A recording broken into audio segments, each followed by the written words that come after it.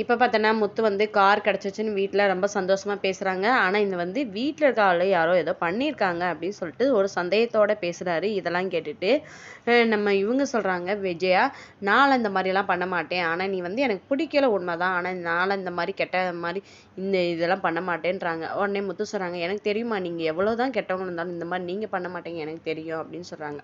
உடனே நம்ம இவங்க ரோஹிணி, நானா பண்ணேன் அப்படின்ற மாதிரி சொல்கிறாங்க. இப்போ உனக்கு சொல்லவே இல்லையே அப்படின்னு சொல்கிறாங்க. உடனே ரோஹிணி சொல்கிறாங்க, இந்த வீட்டில் என்னை யாருமே மதிக்கிறதில்ல, என் அத்தையும் என்னை வந்து இதாகவே போயிருக்காங்க அப்படி இப்படி சொல்லிட்டு இருக்கிறப்ப, சாவி எப்படி ஆணியில் இருந்த சாவி நானே எடுத்துகிட்டு போகிறேன்றப்ப நல்லா பிடிச்சிக்கிட்டாரு முத்து.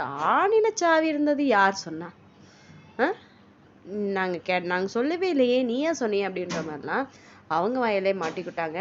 அதுக்கடுத்து பார்த்தோன்னா ரோஹிணி வழக்கம் போல் அழுது ஆர்ப்பாட்டம் பண்ணுறாங்க. அதுக்கடுத்து அந்த ரோஹிணி அந்த செயின் வேற வச்சிருக்க விஷயம், இந்த செயின் எது என்ன திரும்பி இந்த ஒரு பிரச்சனை வருது. அதுக்கடுத்து இந்த காணாம போன செயின் தான் அப்படின்னு சொல்லிட்டு இதை ரோஹிணி வாங்கியிருக்காங்கன்ற விஷயமும் வீட்டுக்கு தெரியுது. செம்மையா நம்ம ரோஹிணிக்கு அடுத்தடுத்து அடி விழுகுது. இதில் யார் யார் ஹாப்பியாக இருக்கீங்க மறக்காமல் கமெண்ட் பண்ணுங்கள். நம்ம சேனலுக்கு புதுசாக இருந்தீங்கன்னா சப்ஸ்கிரைப் பண்ணிக்கோங்க. தேங்க்யூ.